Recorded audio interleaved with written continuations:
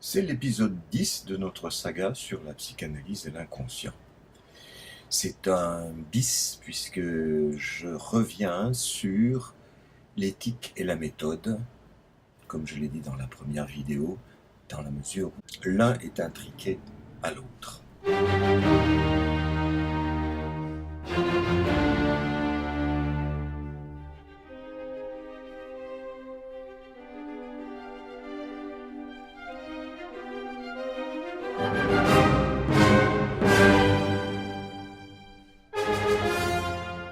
Je voudrais revenir d'abord sur la question des diagnostics, c'est-à-dire les dites structures, entre guillemets, névrose, psychose, perversion, que l'on substitue de ce côté-là, les diagnostics dits psychanalytiques.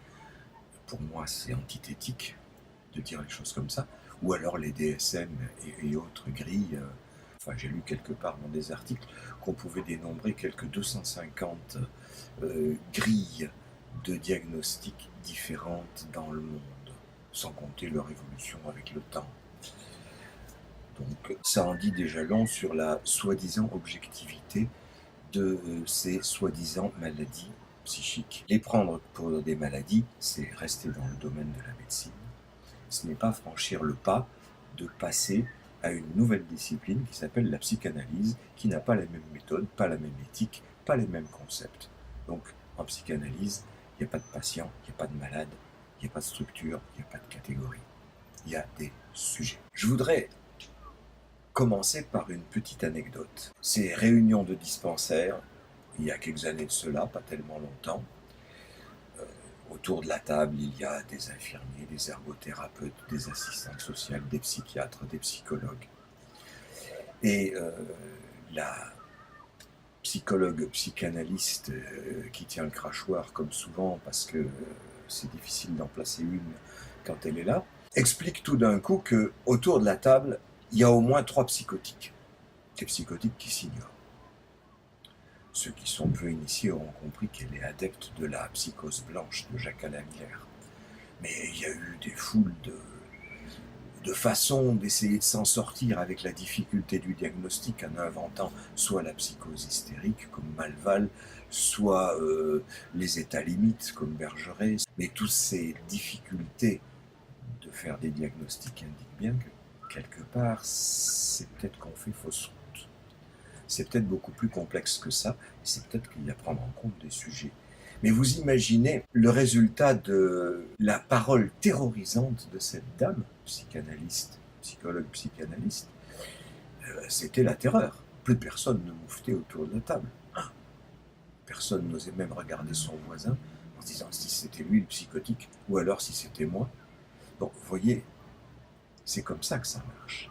Parce qu'on a beau dire, mais oui, nos amis les psychotiques, ils sont comme tout le monde, on s'en occupe, on les aime autant que les autres. Mais oui, mais dès qu'on a dit ça, ça veut dire qu'on est déjà dans le racisme. Genre, vous savez, j'ai même un ami noir, j'ai même un ami arabe, j'ai même un ami juif. Et comble du comble, j'ai même une amie femme. Tout ça pour faire comprendre que on essaie de se faire passer pour pas raciste, pour pas faire des catégories dans les humains. En fait, on les fait. Enfin, moi, je ne les fais pas. J'essaie. Ça indique ça quoi?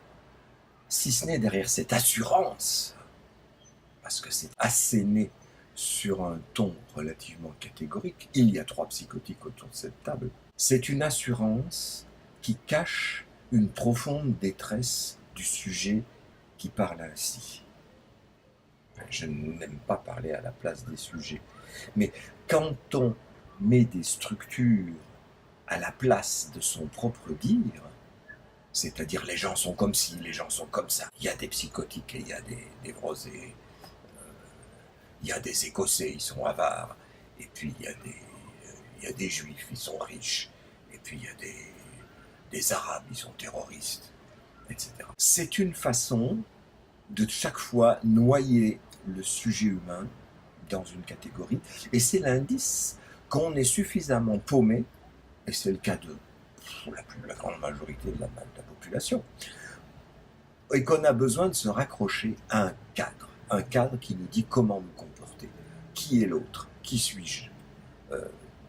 Il y a des gens qui insistent pour me demander, à longueur de journée, parfois sur Internet, parfois dans des séances en début de travail, mais dites-moi quel est le nom de ma maladie. Et il y a même des gens pour se déclarer rassurés quand on leur dit votre enfant est autiste, je suis schizophrène, etc. C'est une réassurance de façade. Ça cache l'impossibilité de se réassurer en tant que simplement sujet avec un nom et un prénom. Il y a des gens qui viennent me trouver en me disant, ça m'est arrivé beaucoup de fois au dispensaire, pour une première séance, en me disant « Bonjour, je suis maniaco-dépressif ». Et je répondais par « Bonjour, je suis Richard Abibon, et vous, votre nom et votre prénom, c'est quoi ?» Voilà, et il faut que j'explique après aux gens que je ne vais pas les considérer comme des malades, je ne vais pas les considérer comme des patients, qu'ici ils ne sont pas dans un cadre médical et qu'il ne s'agit donc pas de guérison. Par contre, il peut s'agir de soulagement, parce que quand un sujet trouve à se structurer par lui-même, lui-même dans son rapport aux autres, évidemment, mais pas par le fait de se raccrocher à une ligne de conduite, à une catégorie. Vous savez, les religions, ça donne des lignes de conduite. C'est ça la morale. Et c'est en cela que l'éthique et la méthode sont ici intriquées. Parce que si la méthode de la psychanalyse, ça consiste à d'abord savoir à qui on a affaire, comme m'ont dit des milliers de collègues, des milliers, j'exagère, disons 999 par là, comme si on ne pouvait pas savoir comment faire avec quelqu'un si on ne sait pas le rattacher à une catégorie. Celui-là est névrosé, celui-là il est psychotique. Les pervers, chacun s'accorde pour dire qu'ils ne viennent pas, ils ne viennent pas. Et pour cause, parce que le pervers, par définition, c'est le méchant, c'est l'autre. Donc l'autre, il n'est jamais là. C'est toujours celui sur lequel on tape. Forcément. C'est le bouc émissaire.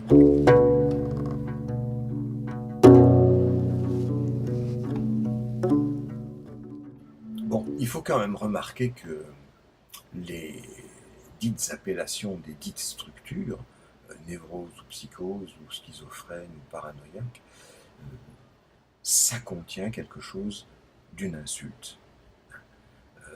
Et les catégories psychiatriques ont toujours été connotées de manière insultante. On traite les gens d'imbéciles ou d'idiots. Mais savez-vous que idiot ou imbécile étaient des catégories psychiatriques au XIXe siècle? Ça désignait les débiles. Alors ensuite, on s'est aperçu que c'était devenu des insultes. On a changé, on a dit, bon, ben, on laisse tomber idiot, imbécile, on va dire débile moyen, débile léger, débile profond. Bon, ben maintenant, les gens se traitent de débiles. Et ensuite, on a laissé tomber débile, et puis on passe à autiste, et puis on préfère d'ailleurs autiste de haut niveau. Hein, c'est encore mieux.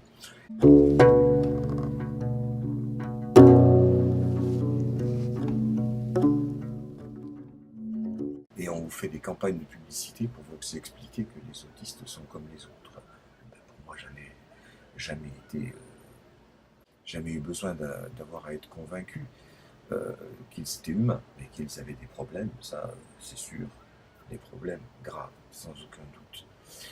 Mais, comme on l'a remarqué dans certaines campagnes politiques, maintenant, quand quelqu'un qualifie quelqu'un d'autre d'autiste, ou dit qu'il n'est pas autiste, c'est pour montrer que, justement, il y a une connotation péjorative à ce terme.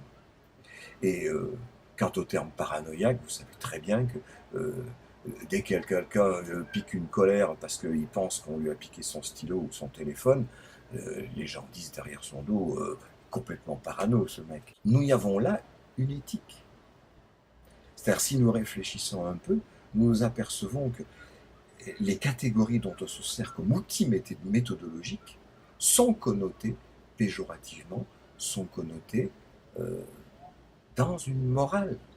Il y a une morale. Ce n'est pas des entités objectives, ce sont des jugements moraux. Alors on fait un choix, ou on continue de rester dans ces jugements moraux, ou on essaie de faire autre chose. Moi, c'est ce que j'appelle faire autre chose, ça s'appelle faire de la psychanalyse.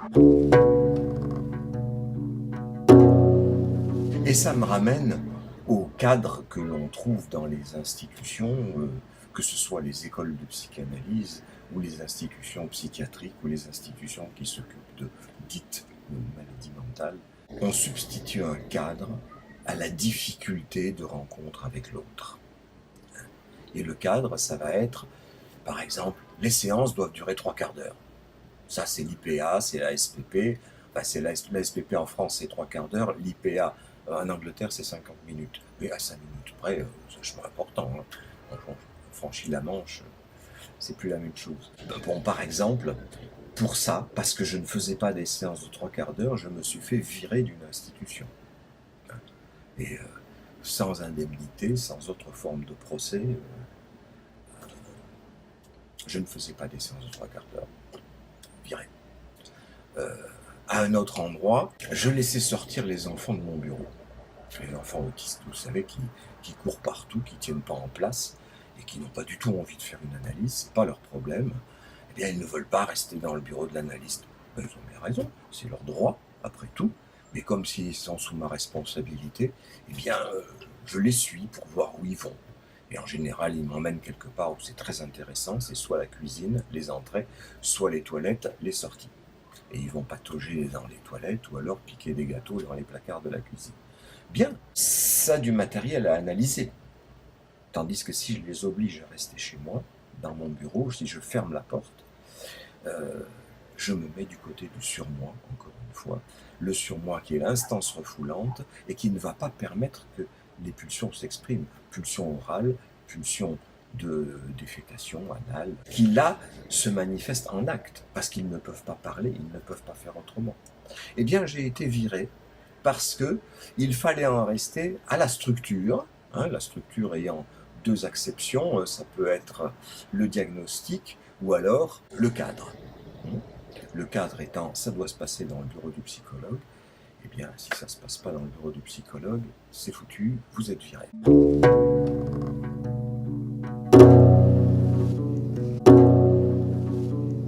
La norme d'hygiène, c'est, encore une personne me posait la question il n'y a pas tellement longtemps, à quel âge est-on censé avoir résolu son Oedipe? Voilà, c'est le genre de choses qui circulent dans le milieu analytique. L'Oedipe, c'est à tel âge, et puis la résolution de l'Oedipe, c'est à tel autre âge. Qu'est-ce que j'en sais, moi? J'en sais foutre rien, pour la bonne raison que chaque fois que je rêve, pratiquement, c'est de coucher avec ma mère. Donc, c'est pas résolu.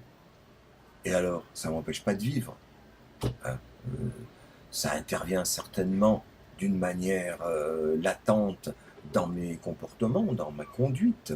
Peut-être que ça intervient même dans mon éthique. Mais c'est quelque chose qui dure toute la vie. On a été élevé par un père et une mère, et c'est ça qui nous structure. C'est l'Oedipe, dans son rapport à la castration étant la sanction de la pratique de l'inceste. La pratique qui est presque toujours fantasmatique, et seulement fantasmatique. Parfois, elle est dans la réalité, c'est vrai. Mais la plupart du temps, elle est fantasmatique. Et donc, la castration en est la sanction. La castration est tout aussi fantasmatique que la pratique de l'inceste. Il n'empêche, ça va ensemble. Alors, la norme oedipienne. Est-ce que c'est une norme? J'avais déjà dit dans la précédente vidéo, pour moi, j'en ai vraiment rien à secouer de savoir si quelqu'un a fait son Oedipe ou pas son Oedipe. J'ai encore eu quelqu'un qui m'a dit il n'y a pas longtemps que son psy lui avait dit qu'elle n'avait jamais fait d'Oedipe. Ah, bravo. Déjà, on ne dit pas à la personne qui elle est ni ce qu'elle a vécu, c'est à elle de le dire, et ensuite lui dire qu'elle n'a pas fait son Oedipe. Bon, bravo. Non, c'est à chacun. Si Michel Onfray dit que lui, il n'a jamais désiré sexuellement sa mère, c'est son droit, c'est lui qui le dit. Il ne le dit pas à quelqu'un d'autre. Et moi, je ne dis pas aux gens qui viennent me voir, vous avez fait votre Oedipe, vous ne l'avez pas fait, alors il faut le faire. Et pour le faire, il faut chercher le nom du père, et le nom du père, bon.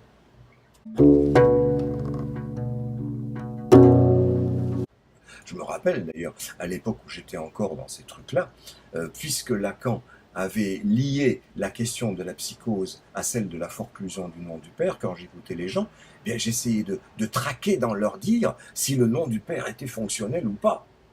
Et comme d'habitude, chaque fois qu'on cherche à faire un diagnostic, ou chaque fois qu'on cherche quelque chose à tout prix, eh bien, on cherche ça et on n'écoute pas. On n'écoute pas ce qui peut venir et qui peut surprendre. Euh, je crois que Lacan était avant tout psychiatre et qu'il cherchait un critère diagnostique pour établir d'une manière précise cette fameuse différence entre psychose et névrose. Pour avoir travaillé 40 ans en institution, je sais que cette différence, elle est d'un flou abyssal. Hein. Ça va, ça vient. Si on y réfléchit un peu, en tout cas moi j'y réfléchis, et c'est pourquoi je vous fais part de mes réflexions.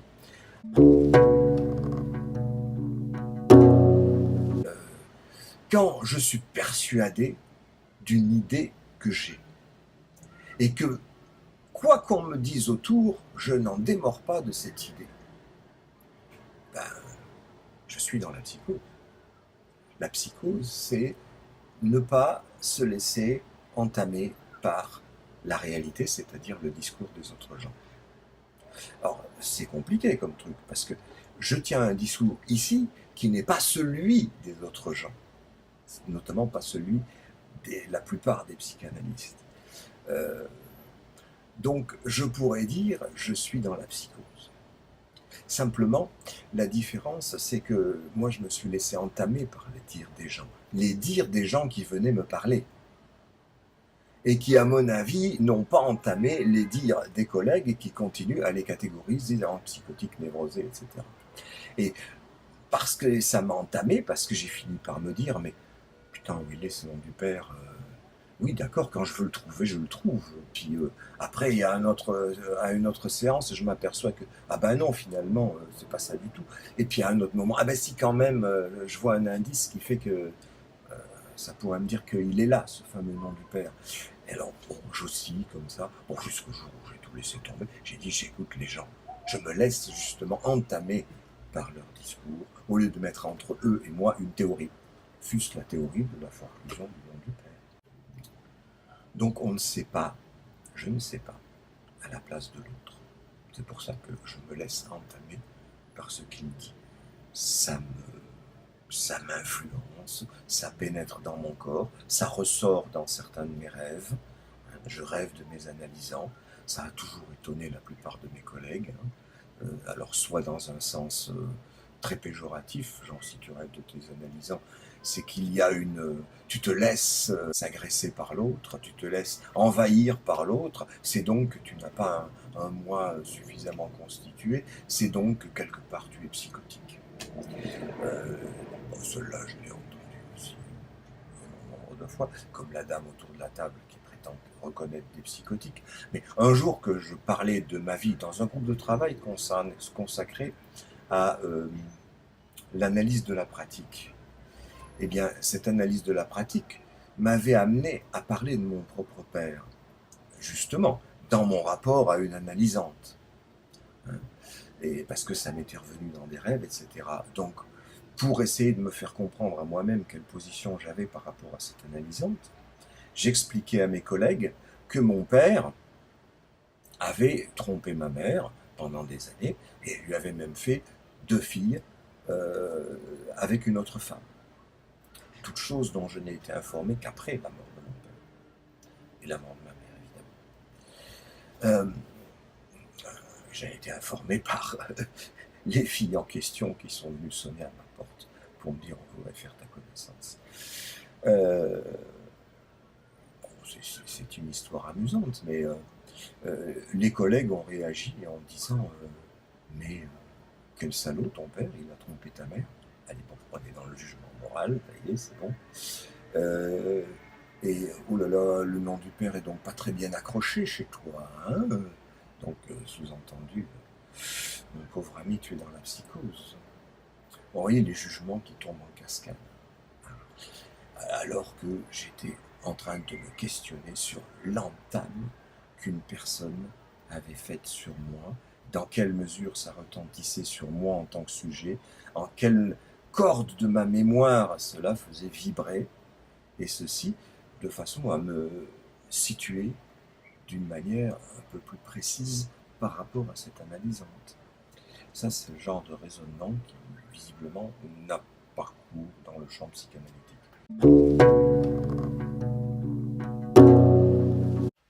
Alors la norme d'Hippienne, qu'est-ce que ça veut dire? Ça veut dire qu'il faudrait qu'à un moment se mette en place le fameux nom du père. Freud disait qu'il y a un déclin du concept du complexe d'Oedipe, c'est la mise en place de l'idéal du moi et du surmoi. Je veux faire comme papa plutôt que d'avoir envie de tuer le père. Bon, je sais par expérience d'analyse de mes rêves et l'analyse de multiples rêves de mes analysants, bon, que c'est pas comme ça que ça se passe. Bien sûr, il y a un idéal du moi et un surmoi qui se mettent en place. Bon, si on veut l'appeler le nom du père, si on veut. Mais euh, c'est pas pour ça que l'envie de tuer le père tombe, ni que l'envie de niquer la mère tombe aussi. Hein. Ça, ce sont des choses qui restent en place toute la vie. Dans l'appareil psychique, les couches s'empilent les unes sur les autres, comme les couches géologiques, et on sait très bien qu'en géologie, les couches d'en dessous ne sont pas effacées par les couches du dessus. Elles sont là. On peut repérer ce qui s'est passé très très très très avant dans le passé. Bon, ben c'est comme ça que ça se passe dans la construction de l'appareil psychique. Donc il y a une couche qui se met en place supplémentaire, l'idéal du moi, qui est le côté positif de ce que le surmoi a de négatif. Ça n'empêche pas le reste. Maintenant, ça empêche d'en avoir conscience. C'est là le pourquoi il est très important que l'analyste ne se mette pas lui-même en position de surmoi, c'est-à-dire en position d'instance refoulante, si on veut qu'émergent les couches d'en dessous, qui ont été refoulées par, justement, la position de surmoi de papa, de maman, des maîtres, des professeurs, des grands quelqu'un auxquels on croit, des grands intellectuels ou des grands fondateurs de religion, tout dépend dans quel champ on choisit de se situer. Mais revenons un peu justement à cette mise en place quand on est tout petit enfant. Vous savez que les premières choses qu'on fait avec un petit enfant, c'est lui apprendre à faire ses nuits, lui apprendre à ne pas faire pipi et caca dans ses couches, lui apprendre à manger proprement. On commence à fabriquer une morale. On lui dit, faire pipi dans le pot, c'est bien. Faire pipi dans la couche, c'est pas bien. On lui dit, manger proprement son yaourt, c'est bien. En mettre partout, c'est pas bien. Non.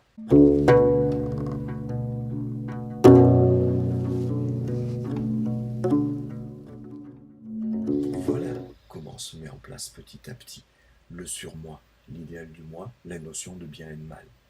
Alors, bien entendu, les philosophes réfléchissent sur ce qu'ont dit les autres philosophes, et quelquefois sur leur expérience de vie d'adulte, ou sur des expériences de pensée, comme fait Kant. Mais je n'ai pas vu de philosophes réfléchir sur leur propre enfance, et pour cause ils l'ont oublié, comme pratiquement tout le monde. Et pourtant c'est comme ça que ça s'est mis en place. Et moi c'est ça qui m'intéresse. C'est pas d'aller chercher chez Aristote, Spinoza, Kant, etc. Et encore moins chez Heidegger, parce que je me dis que quand on a tout un bagage intellectuel, toute une intelligence, toute une culture comme ce type, et qu'on la met au service du parti nazi et d'idées antisémites, là il y a une histoire de morale quand même. Hein. Je me dis que à quoi sert tout cet intellectualisme, toute cette culture, toute cette intelligence?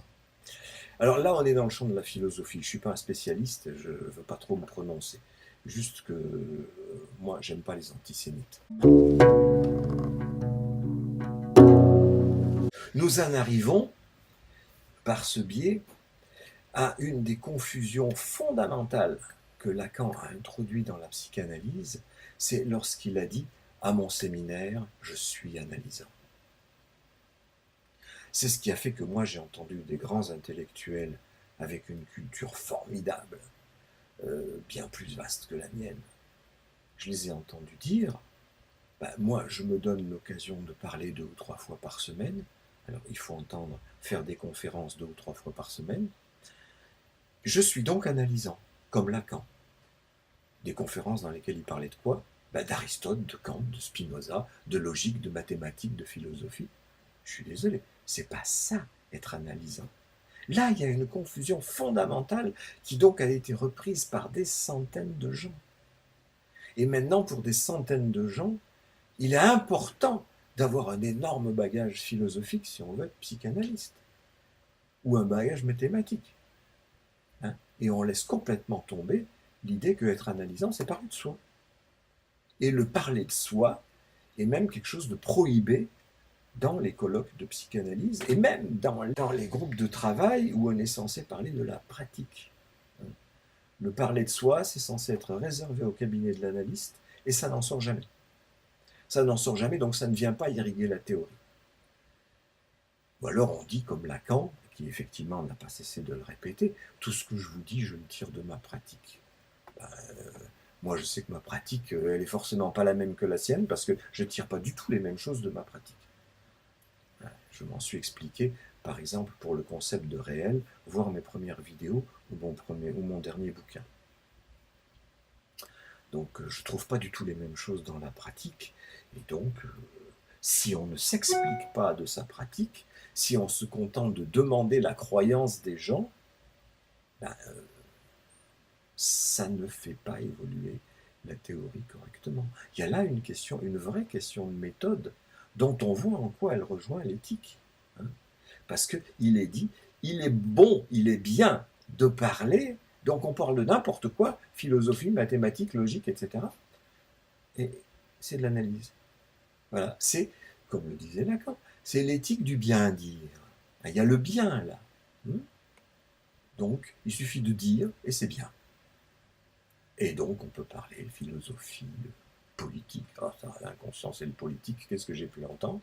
Ce qui n'est jamais qu'une parole de perroquet. Ce n'est pas ça, la psychanalyse. Ce n'est pas cette éthique-là.